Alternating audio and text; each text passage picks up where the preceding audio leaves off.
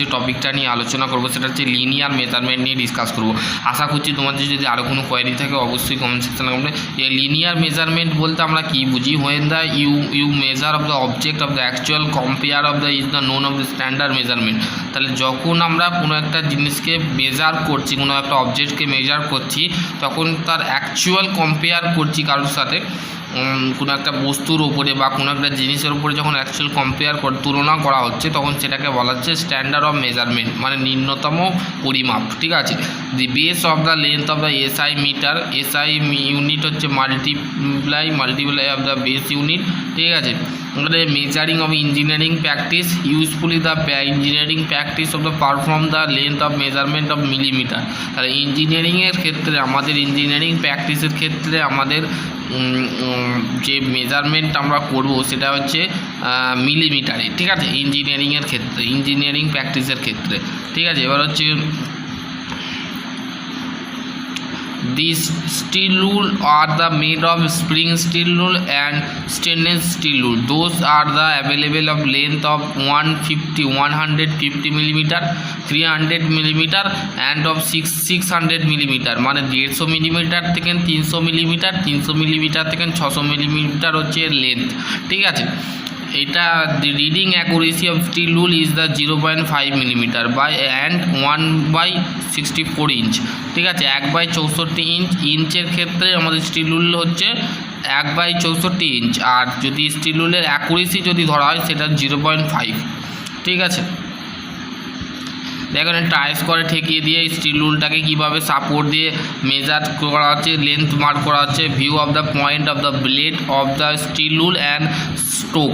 ঠিক আছে। এখানে তোমাদের কিন্তু মার্কিং করছে। ঠিক আছে। এখানে মার্কিং করছে। স্টিল রুল আর English measure of the can be the available of metric of the graduational complete of the range, complete of the range of the size of the 150 millimeter and 300 millimeter, for 500 millimeter 1000, মানে যে complete range যেটা আছে মেট্রিকের সেটা হচ্ছে 150 millimetre থেকে 1000 millimetre. ঠিক আছে। এখানে তোমাদের কিন্তু বেসিক্যালি বলে দিয়েছে। Other of types of the rule, narrow steel rule, short steel rule আর flexible type steel rule. Flexible steel rule with the taper. ঠিক আছে। ন্যারো স্টিল রুলটা যে বেসিক্যালি ন্যারো স্টিলটা দেখতে কেমন হয়, ন্যারো স্টিলটা এরম দেখতে হয়। ঠিক আছে। এটা হচ্ছে ন্যারো স্টিল।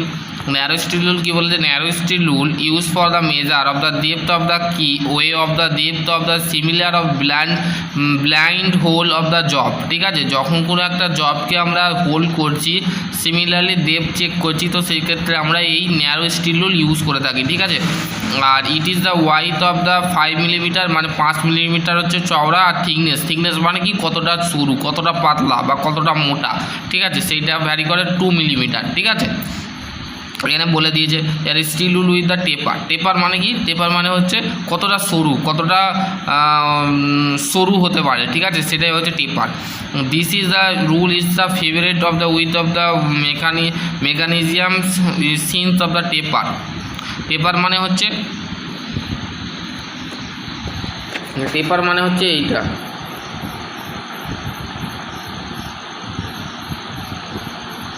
এটা হচ্ছে টেপার। অ্যাকচুয়ালি বোঝা গেল, এটা হচ্ছে টেপার।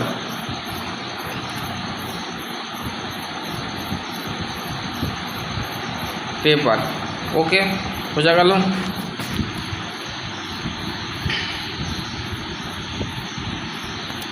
এবার হচ্ছে এইখানে তোমাদের শুধুমাত্র একটা জিনিস মাথায় রাখতে হবে, সেটা হচ্ছে 1 মাইক্রন ইকুয়াল টু কত? 0.001 মিলিমিটার।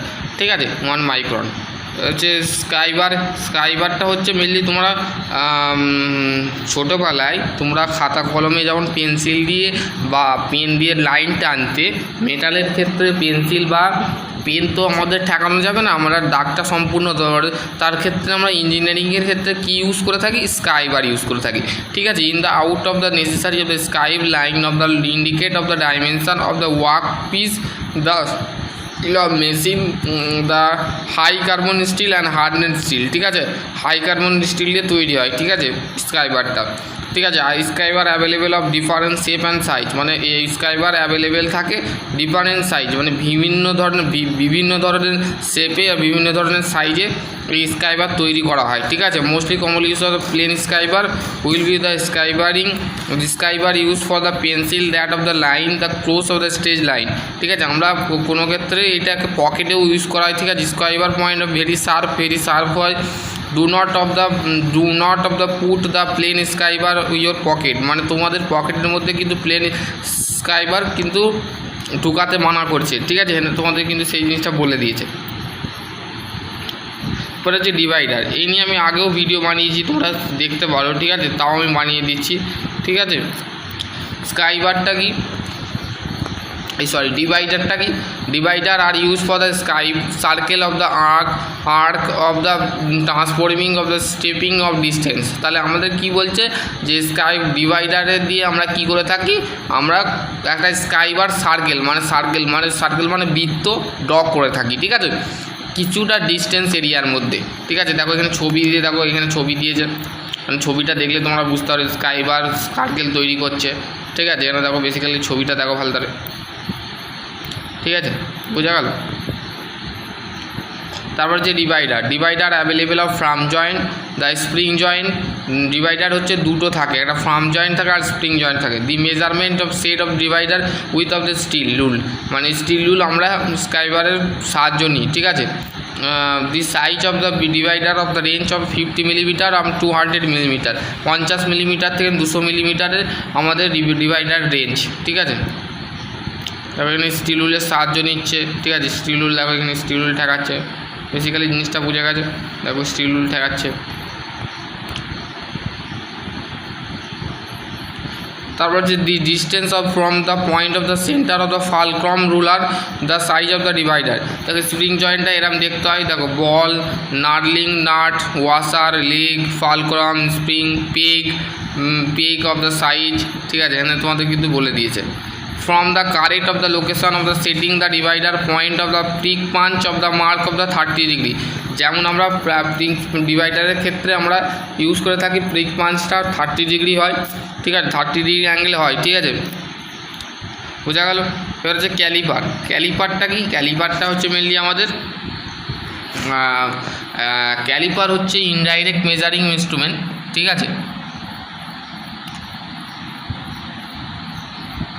দেখো ক্যালিপার হচ্ছে তোমাদের mainly indirect measuring instrument use for the transformer measurement from the steel rule to the job. ঠিক আছে। অ্যান্ড দ্য ভাইস ভার্সার কথার অর্থ হচ্ছে উল্টো। ঠিক আছে।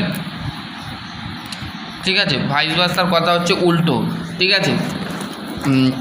ক্যালিপার মানে হচ্ছে, দেখো তুমি ক্যালিপারটা ইউজ করবে। ঠিক আছে। মেনলি এটা ধরো এটা একটা কোনো একটা বস্তু আছে, এই ক্যালিপার দিয়ে আমরা কী করে থাকি, প্রথমে মাপটাকে তুলে নিয়ে কী করে থাকি, মানে স্টিল রুলে ঠেকিয়ে মাপটা বার করে তারপরে ক্যালিপারের এই যে এখানে তোমাদের দেখো এখানে ছবি দিয়েছে, ছবি দেখলে বুঝতে হবে। এই যে ক্যালিপারটা ঠেকিয়ে, এটা হচ্ছে ইনসাইড ক্যালিপার। ঠিক আছে। ইনসাইড ক্যালিপারটাকে ঢুকিয়েছে, মুখে ঠেকিয়ে দিয়ে এবার স্টিল রুলের সাহায্যে তোমরা মেজার করবে। ঠিক আছে। একটা যে ইনসাইড ক্যালিপার আর internal measurement, outside calliper external measurement. ঠিক আছে। Calliper along with of the steel রুলের সাহায্যে সরাসরি ইউজ করা হয়। অ্যাকুরেসি হচ্ছে 0.5 মিলিমিটার। ঠিক আছে। জেনি ক্যালিপার কথাটা বলে নিয়ে আমি ভিডিওটা এন্ড করব। ঠিক আছে।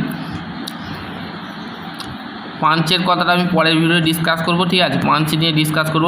জেনি ক্যালিপারটা কি? Jenny calliper are having the one leg adjustable of divider point will of the other of bent of the leg, those are the available in size of the 150 millimeter, 150 millimeter, 200 millimeter, 250 millimetre, 300 millimetre, 150 থেকে 300 millimetre পর্যন্ত আমাদের available থাকে। ঠিক আছে।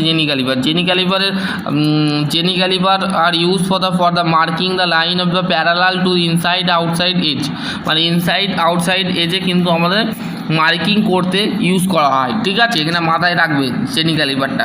ওকে, বোঝা গেল।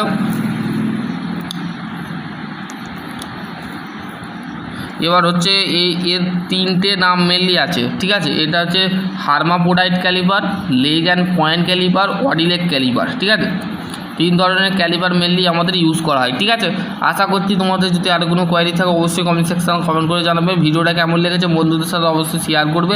ঠিক আছে, দেখো এখানে তোমাদের সেন্টার বরাবর দেখো এখানে ক্যালিপার দিয়ে কীভাবে কাজ করছে ছবিটা দেখেই বুঝতে পারবে। তোমরা সবসময় একটা ভিজুয়ালাইজেশন করবে। ঠিক আছে, সবসময় মাথায় ভিজুয়ালাইজেশন করবে যে এই অবজেক্টটা কিভাবে হচ্ছে, এই অবজেক্টটার কাজ কিভাবে করছে। ঠিক আছে, এই ইনস্ট্রুমেন্টটা কিভাবে একটা অবজেক্টের উপরে কাজ করছে সেটা কিন্তু মাথায় রাখবে। ঠিক আছে, নাহলে তোমরা কিন্তু কোনো ক্ষেত্রে বুঝতে পারবে না জিনিসটা কি বললাম। ঠিক আছে, আশা করছি তোমরা বুঝতে পারলে। যদি তোমাদের কোনো কোশ্চেন থাকে অবশ্যই কমেন্ট সেকশানে কমেন্টটা করবে। আর ভিডিওটা কেমন লেগেছে অবশ্যই বন্ধুদের সাথে শেয়ার করবে। আর যদি ভালো লাগে তো একটা লাইক কমেন্ট শেয়ার করতে ভুলো না। ঠিক আছে।